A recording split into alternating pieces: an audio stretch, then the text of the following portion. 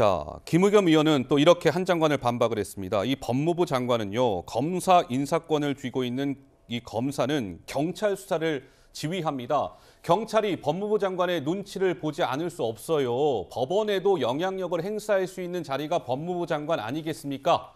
과거 법무부 장관들이 좀채 소송까지 가지 않았던 것은 이런 이유 때문입니다. 라고 했는데 또 일각에서는요.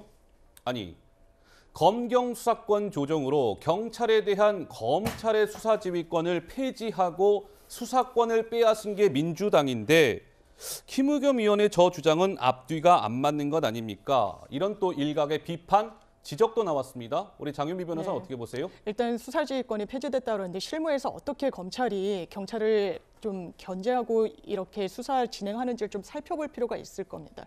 일단 경찰에서 사건을 검찰로 송치하게 되면 굉장히 보안 수사 명목으로 많이 내려보냅니다. 수사에 어떤 기준, 가이드라인, 보완해야 될 부분, 추가로 어떤 부분이 더 입증돼야 되는지를 검찰이 가르마를 타주고 있는 것입니다. 검찰이 관여하고 있지 않다, 수사지휘권이 없기 때문에 그 말은 좀 틀린 부분이 있고요. 동일하게 민주당 때 조국 법무부 장관이 그 부인 정경심 교수가 수사를 받고 있는 부분과 관련해서 권익위에서 이해 충돌이라고 했습니다. 똑같은 잣대로 보면 이번 사안 이해 충돌입니다. 법무부 장관 아니겠습니까? 예. 대한민국의 대법원은 이런 공직자, 퍼블릭 피규어라고 지칭되는 사람들에 대해서는 본인의 별도의 스피커가 있다라는 점을 감안해서, 그러니까 대변인실도 있고 본인의 어떤 언론에 이야기를 할 수 있는 창구도 일반인과는 다르지 않습니까? 그렇기 때문에 더 검증의 대상인데 본인의 항변을 할 수 있는 통로도 별도로 있다는 점 때문에 굉장히 명예훼손의 대상으로 인정해주지 않고 있는 판례가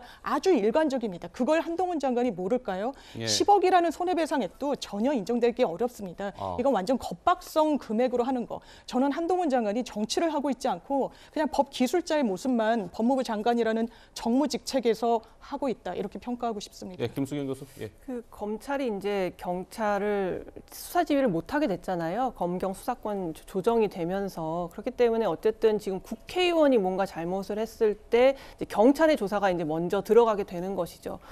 사실 법무부 장관은 그럼 경찰의 조사도 검사가 수사 지휘할 수 있기 때문에 굉장히 압박이 될 거라고 하면 법무부 장관이 어떤 이익에 침해를 당했을 때는 어떻게 호소를 할 수가 있나요? 사실 공수처가 맨 처음에 통과될 때, 만들어질 때 국회의원을 거기에 넣자라고 했는데 기어이 뺀 거 아닙니까? 국회의원은 공수처가 수사할 수 없는 대상이에요. 그렇다면은 검사가 수사하는 것도 싫어, 공수처가 수사하는 것도 싫어. 그래서 경찰이 수사하게 했는데 경찰의 수사도 검사가 은연중에 수사 지휘할 수도 있고 법무부 장관이 압력을 넣을 수 있기 때문에 안 되라고 하면 국회의원이 저지른 잘못은 도대체 누가 공정하게 수사할 수 있는 겁니까? 결국 아무에게도 수사받고 싶지 않다는 얘기로 전 들리거든요. 예, 자. 그런데요, 이 청담동 술자리 의혹이 제기가 됐을 때 더불어민주당의 김성환 정책위 의장은 사실이라면이라는 어떤 전제를 붙이긴 했지만 제2의 국정농단이라는 표현을 쓴 바 있었죠.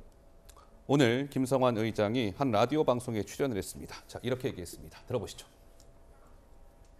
거짓말이라고 믿기에는 너무 디테일해서 그래서 사실이라면이라는 단서를 붙였는데 네, 맞습니다. 어쨌든 요 과정에서 좀 더 진실이 확인되지 않을까 이렇게 보고 있습니다. 여전히 납득하기 어려운 대목들이 좀 있어서 무엇이 사실인지는 조금 더 지켜봐야 되지 않을까 싶은데요. 의원의 국정감사의 발언을 가지고 10억 원의 손배소를 제출한다. 법률가가 해야 될 행동인지 제가 보기엔 너무 과잉 행동하고 있다고 보여집니다. 김의겸 의원을 상대로 하는 것은 거의 이거는 약간의 쇼에 가까운 거 아닙니까?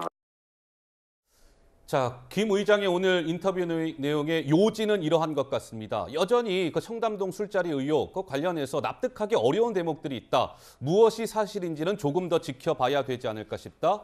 의원의 국감 발언에 10억 원의 손배소를 제기했다고요. 이건 과잉 행동입니다.